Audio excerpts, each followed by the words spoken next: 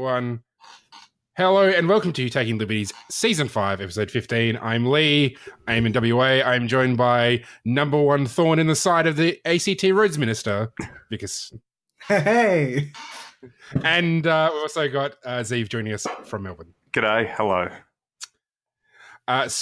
We're going to talk about two things. We're going to talk about weed and we're going to talk about roads because we are libertarians and that's what we love to talk about. I was going to say, weed and roads is just all libertarian. So this is the most libertarian episode we've ever made. Okay. Pretty much. Except, well, to be fair, we're not going to talk about abolishing the roads, and so it's not that libertarian. Yeah, sure. Right. We'll start off with the Greens announcing a plan to support the legalization of cannabis for both medicinal and recreational purposes. This happened this week. And except I fucked it up. Okay. Yeah. Sure. Did you not follow this through? So Richard DiNatale said he would support legalization of marijuana, both in recreation and medicinal sense. Fantastic. But being the Greens and being the absolute tosspots that they are, they said they want a government wholesaler to do it. So not only would they create this new industry, they would then proceed to nationalize it. Because nothing says fun like government-created weed. Like, that just sounds amazing. They've done such a good job with the NBN. I can't wait to see what they do with pot. Well, but the funny thing is, it's not unusual for Australia, is it? Because, like, if you... the first currency of Australia was rum. Yep. Yeah, and that was made by government license at the time. So it's not entirely unusual for in Australian history, at least, for a government to basically supply us with the good times. Sure. Well, I mean, that's true, I think, of most Western democracies. I mean, the US being the biggest example of the government control of alcohol, and particularly the government sale of alcohol, because even after Prohibition ended, there was still a number of states where they were either dry or they had sole control, of distribution or even production. And I know in Canada, in Ottawa, which in Ontario, the province. Yes, it's province that I was in. I was about to say prefecture, but that's Japan. Province that I was in, they've still got. I think it's a hangover. The leftovers of that sort of period of time where the government sells all the booze. It's not totally unusual, and certainly it's better than the status quo. So yes, it sucks that the Greens want to control the weed, but better than locking people up. Well, I don't think they'll stop locking people up. It's just the reason they're going to lock them up for. Sure. I mean, of course, it always depends how the regulation goes. What Vikas is hinting at there, I think, is that if they have a monopoly, then people will keep growing weed for personal recreational use, but they may well also keep selling it. And if they keep selling it, that means people may keep getting jailed for selling it. And is that right, Vikas? That's pretty much what I was getting at. Yeah, so it's just like even with those dry towns and government sale thing, there's a phenomenal black market because the government sellers not necessarily the best price, right? They tend to be quite expensive. So sure. People pop across, county lines and pick it up cheaper elsewhere and bring it back. And the result of that is if they get caught again, obviously they get jailed. So. Wow. Okay. Well, so that's possible. Good. See? No, I'm just saying that's possible. Yeah. We don't know. I mean, it depends what the price of them might be. Anyway, go on. Well, that's the thing. I mean, very much like something like cigarette sales, and the taxes that go on cigarettes. And, how the AFP are, like, amazed that there's all this, like, black market tobacco that's coming through, through customs. Of course, the way you regulate it always matters. And that's true of anything, when they had the crackdown on codeine, I presume that's going to mean, or particularly in the US where they've really cracked down on opiates, that's going to have an impact on people going into the black market to buy either prescription drugs or actually this opiates. is a personal bugbear of mine because we've declared war on ICE, right? And that means we can't get pseudoephedrine in this country. Yes, that's a good point at all. And here's the thing: like I fly for work, right? And occasionally my flights take me to places like China or Japan, right? Places which don't exactly have as much of a hang-up about having pseudoephedrine on them. And I will usually buy like at least a year's worth of supply of, of cold and flu tablets, right? I'm in those countries and bring them back here. Not for sale, obviously, but like for personal use. And for his private meth lab. For my private meth lab. But I you just get just like rolling the barrel of pseudo like through customs, like don't mind me. Well, the funny thing is, I always declare it as I'm coming through, right? Because you don't want to get busted for that kind of shit. Right. And every time, like the border patrol guys are just like, "Oh yeah, you're getting your year's supply, are you?" And it's just like, "Yeah, actually, I am." Yeah. Well, I mean, and I think they've even like with this codeine stuff. Like, I went to buy night and day cold flu tablets, not long after it started, and they basically say this stuff is not as good as it used to be because of the regulation. Oh, look, I'll hear pharmacists always going on about how phenylephrine is, just as good as pseudoephedrine, and they'll toe that pharmaceutical line.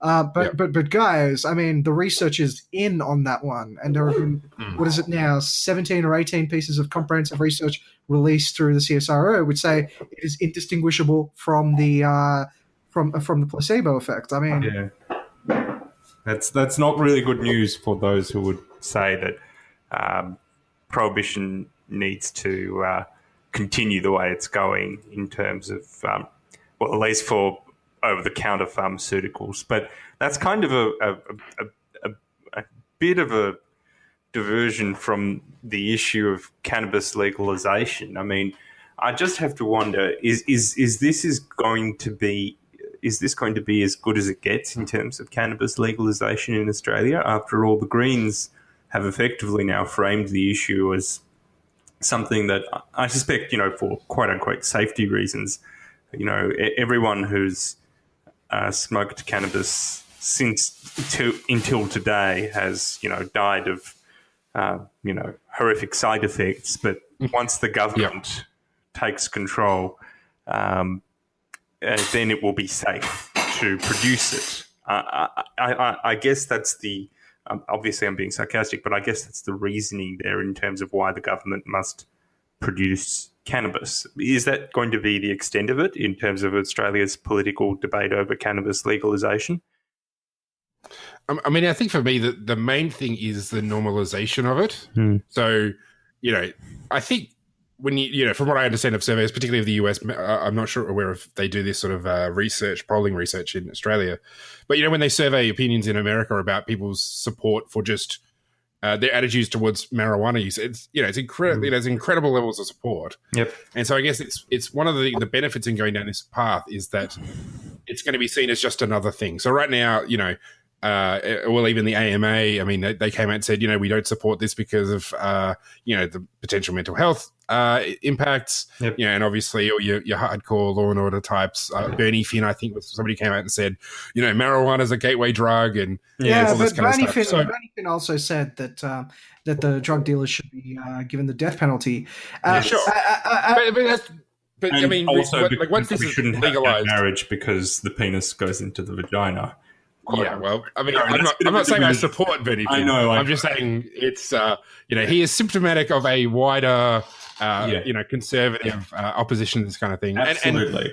And it's one of these things that, once you legalize, like 5 years down the track, people are going to be like, why was this ever illegal in the first place? That's one of the benefits of kind of bringing it out of the black market and into kind of normal life. Yeah. Is that people start to say, well, this is just another thing. It doesn't have to be, we understand the side effects, much like alcohol, much like tobacco. Yep. And we just go, well, but it's fine to use. Like some people may abuse it. Some people will have it in moderation. Other people won't have it at all. That's life. Yep. Yeah. And I guess that's a fair point, Lee. I'm just wondering, nevertheless, whether we'll get a better outcome than what the Greens are pushing. They're the dominant third player in our politics. They've put forward this idea, and it could really define the idea going forward. That's what I'm getting at. And will it do that, or is it too soon to say? It's too soon to say. And by the way, I was going to say, it's not as if we haven't had evidence of what decriminalization looks like, right? Maybe we don't have to go to full legalization at all. That might be the liberal fallback position to appease the more conservative types in their party. But if you take a look at it, the evidence on decriminalization is now what, 18 years in Portugal. Yeah. And Denmark and the Netherlands are approaching a decade now. Yeah. I mean, you're looking at multi-decadal studies now, all indicating that drug usage tends to go down if you decriminalize. And not just that, but the quality, the danger of those drugs tends to decrease. These are this is the stuff that the harm minimization crowd will constantly talk about. And they're absolutely right. I mean, there is no difference essentially from someone taking cocaine or something like that for recreational use than me drinking a beer, right? Yeah. There should be no difference, right? Yet we've determined based on some arbitrary social taboo that you can't. Yeah. Well, yeah. I mean, and yes, and well, actually, one of the things, if you look at the history of drug prohibition, it's incredibly racist. So, often these drugs were targeted because they were, the drug of choice for various ethnic minorities. So, in the United States, but it's got nothing to do with. Well, I mean, I think even elsewhere as well, and elsewhere perhaps that it might have caught that kind of agenda by osmosis elsewhere from the United States.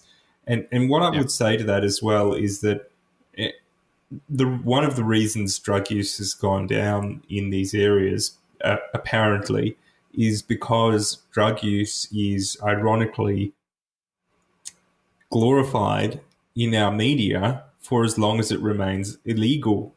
Now, this is an important point to make. People like what is forbidden to them. They like the forbidden fruit, so to speak. Not everyone, of course, but many people do.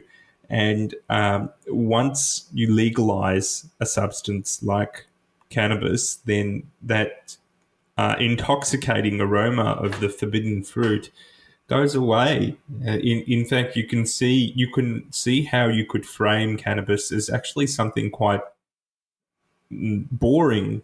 I mean, just these old hippies from the 60s or, irrelevant to our times. And why would I want to do that? And on the other hand, you can see how it's a symbol of rebellion against the man, so to speak. And it remains a symbol of ongoing rebellion and this kind of an aspect of the counterculture because it's illegal. And that's the ironic thing, I think. And you see it splashed about everywhere in popular media and so on. Well, we've already referenced Breaking Bad, and that's a great example of, I mean, to a certain extent, just not to get too far in the details of the show, but it's not quite a glorification, but I think a lot of people would watch it, much like, they'd watch, The Godfather and other sort of crime in The Sopranos, where, they're kind of they are the bad guys, but it's still, people might find that attractive. But just to go back to the point about decriminalization, I mean, I suspect that decriminalization at the federal level wouldn't be of much use. Like, I imagine there probably isn't much in the way of federal possession charges. What you really want at the federal level is the customs law regulations. What exists, I should say, at the federal level is you're forbidden from importing drugs. Yes, that's the point I'm bringing up. But even if you got rid of those federal laws, you'd still have state laws that criminalized use, possession, and sale of drugs generally, imported or not. That's why I mean unless they decriminalize the importation of it, which would be kind of a weird thing. Yeah, because I mean decriminalization doesn't get rid of the penalties; it just gets rid of criminal penalties. So you still will be fined, and presumably they'll still confiscate. If you bring in 50 tons of weed. You're not going to sneak that one past, customs. The thing is as well that decriminalization usually refers to decriminalization for personal use. Yes, that's it. So decriminalization wouldn't be much use at federal level. Of cannabis, you would still likely go to jail under for example, Portugal's decriminalisation regime. Yep. Drug trafficking is still a target. Can I just say I find the idea of just at a federal level, just allowing the importation of drugs hilarious. It's like, hey, you can't grow the stuff here, but if you bring it in, it's totally fine. Well, the thing is, the moment you step onto the tarmac at the airport, you're suddenly guilty of possessing it under state law anyway. So, I mean, fine, it was no offence to import it, but you've stepped onto the land. Not technically true. You have to get. You have to actually get. You have to exit customs. You say. Yeah. Sure. I mean, I guess if they're talking about having a federal wholesale agency, as stupid as that is, one of the upsides might be that next time they have a COAG meeting for the health ministers or whoever. I mean, they at the recent COAG health ministers meeting, they did talk about medical marijuana, so it's kind of on the agenda anyway at a medical level. But if you've got this federal wholesale agency, I mean, I presume they'll kind of want to do something with that. Like they won't just be like, yeah, we're selling weed to retailers, and then no one can sell it because it's all. So I suspect it would be addressed at kind of through COAG to sort of either decriminalize or legalize the possession of it at a retail level. So I mean, it's not perfect. It's probably better. I mean, there's still issues, and well, I mean, the reality is, the Greens are only one part of the Senate. I mean, maybe Labor will get on board for this, possibly if when they win. Now. Not right now, but things change. I mean, would the Greens go out on a limb and demand this as the price of supporting other legislation? I would be surprised by that. But I don't you never see know. Bill Shorten as the great drug law reformer. It's just so far from his agenda. He would if it gave him 1 or 2 percentage points.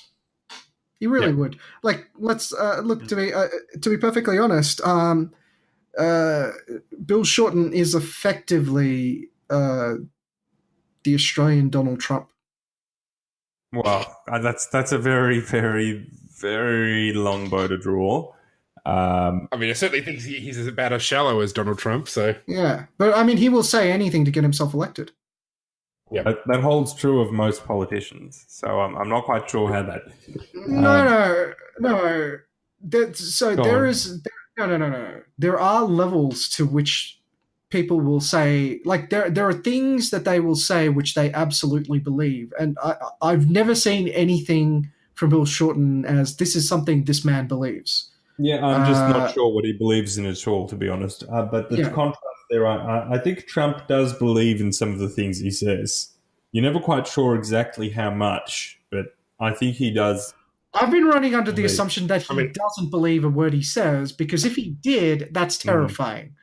I think he genuinely believes. Well, I'm sorry, Vikas, but it's also the truth. I think he does believe in a lot of the things that he says, terrifying as that may be, and his opinions may change, but that's the way of it.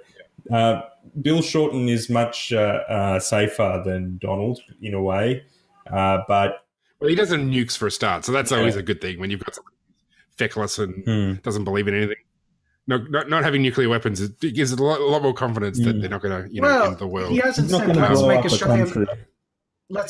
He hasn't said let's make Australian manufacturing again, but other than that, I mean, it's pretty much the same sort of policy scheme. Yeah. But we should be talking about roads now, shouldn't we? Yes.